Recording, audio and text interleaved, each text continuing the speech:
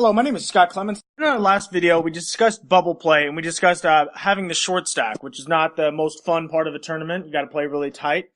But in today's 20 hands, we're actually going to go over bubble play with a big stack. And this is a much better position to be in. Maybe you've gotten the chips by getting lucky a few times. Maybe you've won some flips, or maybe you've just dominated the tournament the whole time. But now you've got the big stack, and now you want to use it on the bubble.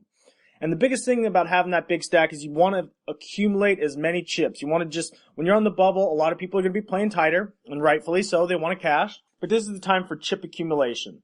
Now you need to pay attention to your table. You want to steal as much as the table allows. If your table is just folding every hand, you can raise any two cards. But if they're kind of playing a few hands or maybe calling, it depends how deep they are, then you want to just kind of feel out the table and try to steal as much as the table will allow you to steal.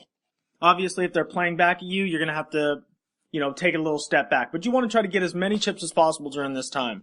You also want to put pressure on all the stacks, not just the short stacks and not just the big stacks, but all the stacks. Especially if you're the big stack, you want to constantly be putting pressure on them because they're going to want to cash and they're not going to want to get put in awkward spots. Another important thing to worry about is your opponent's range. Now, there may be some spots where you would call this person because they might reshove a hand and, maybe you have ace-10 in a spot and you think that they're reshoving light, so you might call them. Well, on the bubble, most people are not going to be reshoving light, so you need to really be aware of your opponent's range. If they're playing tighter, then you're going to have to call them a lot tighter than you would in a normal situation. This also works, I know that we're talking about bubble, but right after the bubble, that's a time where people kind of go crazy. They feel so good, they made the money, and then a lot of times they'll just start to go all in a lot more often right after. So then you would loosen up after that time.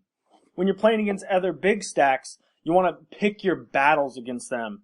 You need to kind of know what kind of player they are. How will they react if you start playing back at them, trying to, be the table captain? If they're going to back down, then you should just become the table captain. Not really worry as much about your cards, but trying to know that they're going to try to steal blinds. But if you 3-bet them, then they're going to fold because they still want to make the money. They don't want to get entangled with the other big stack. Then you want to attack them. But if they're going to fight back, you're going to have to let them get some blinds. Maybe you'll flat a few more hands. Maybe you'll fold a few more hands. But if they're going to fight back, then you shouldn't get crazy.